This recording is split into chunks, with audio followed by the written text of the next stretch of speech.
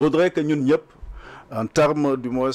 commençons en termes de responsables, en termes de citoyens, qu'on puisse tenir quand même un langage civil digne quand même de notre débat, en tout cas de l'ouverture démocratique bi ñu am ndax munoo ko bañal kii wala nangul kële man du ma ci cautionné kenn ku mu mën a doon x ou y lay teg bu dee góor la wala jigéen mais ce qui est normal, ce qui ne l'est pas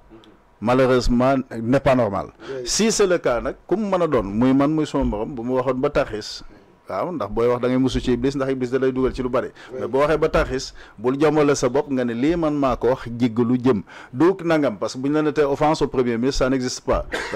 ça peut pas tenir contre comme réquisitoire mais par contre atteinte à l'honorabilité d'une personne wala nangam parce que boo ma tuddee tey bu doon man rek coow jubul mais dafa am ñuy nekk ci ginnaaw tey maroonaa mën di politique di waxee na may waxee dugg ci kër Ousmane Sonko wala dugg ci kër Diomaye wala dugg ci kër Macky Sall wala dugg ci kër Abdoulaye ku mu mën a doon lu ma mën di wax moom ka ma koy waxal mën na caa ñàkk a ànd wala mais war naa ko mën a may mu mën koo déglu mais ñaar njabootam war mën na am sax koo xam ne mën naa xëy mu ne la papa man daal xaw ma lan la yaa yor pouvoir bi mais man Pape Latir laa bëgg a àndal loolu nag bu fekkee ne da nga wax ak acteur politique bi problème du mu am parce que dana comprendre ne loolu c'est la raison qui fonctionne mais boo génnee secteur boobu malheureusement day jàpp ne waxatoog président bu wax a toog ministre ba wax a toog député ba wax a toog béykat ba wax a toog kenn ku mu mën a doon yaa ngi dégg ka ngay wax baayam ngay tudd wala nijaayam ngay tudd et là mooy waral yenn frustration il va falloir que ñun ñëpp aussi qu'on tienne un langage responsable qu'on n'invente pas des délits qui n'existent pas mais par contre qu'on appelle le chat tey ku bu ma yëkkatee dara mu jëm ci loo xam ne ci yow la jëm te muy atteinte tout simplement à l'honorabilité de votre personne wala boog loo xam ne sax en termes de bonnes mœurs et ainsi de suite ak suñuy tradition suñuy coutume loolu c'est tout à fait normal que ma mën a am fuñ ma woo ma wax fa la ma ci wax mais la ca nekk daal mooy ku ci ne la nga def ak la nga wax en termes de démocratie war nañoo mën a waxtaane wax ci ku ne wax waxtaane réew bi waaye faisons de sorte que tey bu ma doon amet bu ma jéggee ndax yaa ko tudd bu ma jéggee fi ma war a waxee voilà même si boo jàppoon na tey sax même le droit le permet parce que waa jëlam doon wax tout ce qui n'est pas interdit est permis là ça c'est la folie absolue ça là c'est la folie absolue donc en tout état de cause revenons à de meilleurs sentiments ndax bu nu ko toppee tànk ak tànk mbagg ak mbagg lay xew ca kanam ndax moom mën nañu tuumal kii mën nañu tuumal kële mais am na faute yu gën a grave yoo xam ne bu nu jéggalantewul jéem a xam ne réew mi ñoo ko bokk waaye ku ne ñu natt la ca la nga def rek boo moytul malheureusement yuuxu dana jubee fu ñu ko foogee wutoon am na solo loolu moom yàlla buñ si yegg sax Isaaga par rapport ak mbir yi ñu koy toppee moom Ameth Ndoye mu nekk koo xam ne nag ñu bëri dañ jàpp que ne xëy na dañ ko bëgg a noppaloo parce que position am ak position bu régime bi bokkul est-ce que yow da ngay partager avis sénégalais yooyu noonu mais surtout itam même bu fekkee ne offense au premier ministre jàpp nañ ne cër yooyu président ti bëgg ko waanaam wala mu xamle ko bokk est-ce que itam yenn kàddu yi war nañ ko yëkkat di ko jëmale si une autorité. am na solo en tout cas lu wóor ba wóor su ma inspiré aussi si ñaari ndaanaan ni ñaari doyen yi moo di kuy wax nag ku kàddu yi tegginawul ci penc mi kooku war nañ ko noppiloo j'ai pas nag amee loolu lay def mais jàpp naa ni nit boo xamante ne booy wax ci penc mi li ngay wax li du teggi ne mun nañ laa noppiloo sauf que nag Ameth Ndoye quand même je pense que cette fois-ci mun naa jàpp ni c'est une erreur de communication wala boog il s'est emporté parce que par rapport à la colère bi nga xamante ne da ko amoon par rapport ni mu nekk di gisee la souffrance des Sénégalais ci jamono boobu noonu le premier ministre bi nga xamante ne souffrance sénégalais yi doon xëy na mu ngi ci loxo moo ci war a xëy ci gontu ci kooku di wax ne dafa sonn xëy loolu moo ko metti bu mu waxee ni mu warut a waxee waaye nag ñëpp jàppale ni quand même li mu waxee moom warut a waxee noonu donc à partir de cet instant là je pense que moom li ko waroon avant ça la convocation le lendemain juste il devait même faire def mea culpa s'excuser parce que nag il faut aussi que les hommes politiques ñu góorgóorlu surtout ñi nga xamante ne c'est des ñi nga xamante ne ñu ngi commencé nekk ci en gestation de jug ñu commencé di inculquer seen bopp demander pardon parce que nag demander pardon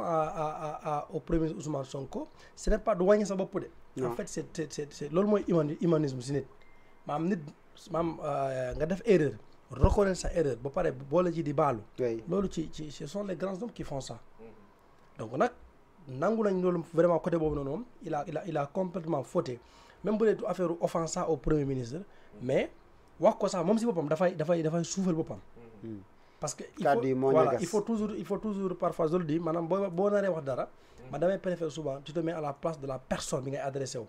tu te dis est-ce que man bu doon man maa nekkoon par exemple même que nekk ma premier ministre maa nekkoon une personne simple lambda est-ce que dinaa nangu quand même nit toog ci plateau télé ma am njaboot am jabar am doom am lépp di ma tiim di ma da ngaa ñàkk fayda xam nga loolu kenn du ko nangu te nit su ñëw soo génnoon fi Aziz di nax ci bedda mi ni daje rek tiim la mu la da ngaa ñàkk fayda donte xëy na amoo doole waaye di nga ko bëgg a jaay sa bakkan en tout cas wala mun ngeen ci xëccoo donc lépp li nga xamante ne nag mën na tax ñi ñu xëccoo il faut éviter ça surtout nag il faut aussi que les Sénégalais yi jàpp ni par exemple parce que Ousmane Sonko daan na wax kaddu yu ñagas donc on doit le répéter pourquoi on doit pas le répéter pourquoi li nekk dal Ousmane Sonko ba ñu koy vaar ñi ko andil la say waxu daaw ça veut dire que il dana wax lu rafetul ñoo tax ñu ko koy andil ba ñeneen sax di ko jéem a copier di ko delloo ce qui veut dire que Ousmane Sonko xëy na moom lu mu doon leble baaxul est-ce que nag parce que ki doon leble gi di mu la leble baaxul yow tamit yow mi da ngaa bëgg am sa position bopp da ngaa bëgg def la même chose je pense pas donc war nañ ci gën a góorgóorlu léegi nag loolu c'est aussi ci plan moral la ñuy wax moo di ci Sénégal bu ñu xam kaddu tëgginawul loolu vraiment kenn jàngalu ko kenn sa kër le Sénégal on le dit souvent réew la bi nga xamante ne vraiment réew la daan nañ sax gis par exemple man ma nekkoon ci mbedd mi di def naqasurut noonu Amadou Moustapha gis ma woo ma yedd ma ci ay jamono njëkk sax boo dee gën a nekk xar sax mun na maa sax dóor jàpp sama loxo yi bu sama waajur ça veut dire que ñun si loolu la ñuy xamee Sénégal ci yar ak teggin ci wax kaddu yu rafet loolu ñu xamee léegi nag suñu bëggee dindi loolu noonu parce que un homme politique nous nous conduire dans ça pour man ça c'est faire fausse route donc il faut que les gens évitent ça loolu noonu léegi nag ci côté li nga xamante ne moo di yoon Sénégal moo ñu wax ni ko quand même ci suñu kii bindiguñu fenn fi xamante ne on ci écrit offense au premier ministre léegi nag toppee ci nit sûrement xëy na dafay def coow rek mais à la fin devant le juge parce que le juge même suy àtte certes c'est son intime conviction mais da koy teg ci ay code pénal la ko ay wàlla yu demee noonu léegi nag su amul texte boobu noonu je pense que il ne peut que relaxer la personne pour mu ñibbi waaye nag à rappeler aussi que du chef d'accusation boobu voilà mais nag leneen lañ ci teg moo di diffusion de fausses nouvelles justement oui diffusion de fausses nouvelles nag mën nañ jàpp ni quand même si ces dernières années là nekk na ab prox ndoll bi nga xamante ne on l'utilise pour mettre les gens en prison voilà loolu c'est juste un constat boo xamante ne mën nga ko gis parce que la plupart des gens jàpp nañ leen fii en l'occurrence Abdou Guèye diffusion de fausses nouvelles lañ ko jàppee il a été mis en instruction après finalement ñu dolli si yeneen loolu lépp mbir la yoo xamante ne quand même côté boobu nag mën nañ ko ŋaññi waaye nag dañuy mën a ŋaññee par exemple ces erreurs là mbir yoo xamante ne dëppwul ak yoon noonu lañ mën a ŋaññee ay kaddu yi nga xamante ne tegginawul te nag par rapport offense au premier ministre man je pense que le président de la République Bassirou Diomaye Diakhar Faye xam nga moom moo wax ak sénégalais yépp mu ne ñu man dama bëgg am des DG forts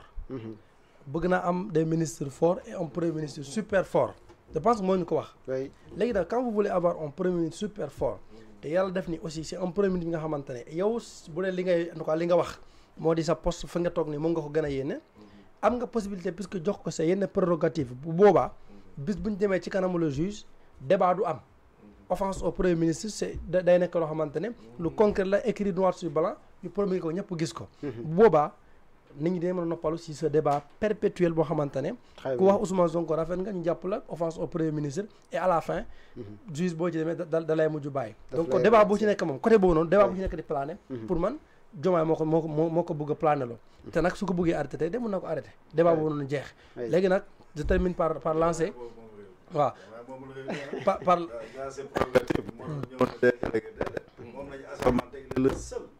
moom rek mu bokk seen problème mooy xamuñu luy état benn Diomaye lañ ne coppet ñëw assermenté ko boole ko ci état ñoom ñoo ñëpp mën ngaa bokk ci gouvernement mais l'ossature de l'état au sens propre tam bokkuloo ca tu n'as aucune légitimité. je pense que c'est suñu constitution mooy nañ président quand même mu jël yenn prérogative am jox ko loolu parce que waaw ci wàllu liggéey ci coordonné yi muy coordonné parce que am na yoo xamante ne moom c'est maanaam ci yi muy coordonné xam nga par exemple tey am na ay këru liggéeyukaay yu ñu jël yoo xam ni présidence la nekkoon ñu yëkkati ko dem jox ko pour mu def ko su ko neexee mu yëkkatiwaat ko yóbbuwaat ko ci moom ni mu yore comme actuellement ni mu demee donc yooyu mooy yi ñuy wax quoi mais loo xam ni charte réew mi la constitutionnel kooku moom législateur yi rek ñoo mën a sur la base de référendum wala sur la base de l'Assemblée nationale ñoo mën a jël yenn décision yi. parce que je pense même c'est listé les yoo xamante ne président à la cour yàlla mënu koo joxe. parce que même benn bi si gën a fës mooy par exemple lu ñu ci wàllu défense ak diplomatie amul possibilité joxe ko loolu ça c'est des prérogatives vraiment yoo xamante ne kenn mënu koo laal président moo ko moom à la cour yàlla léegi nag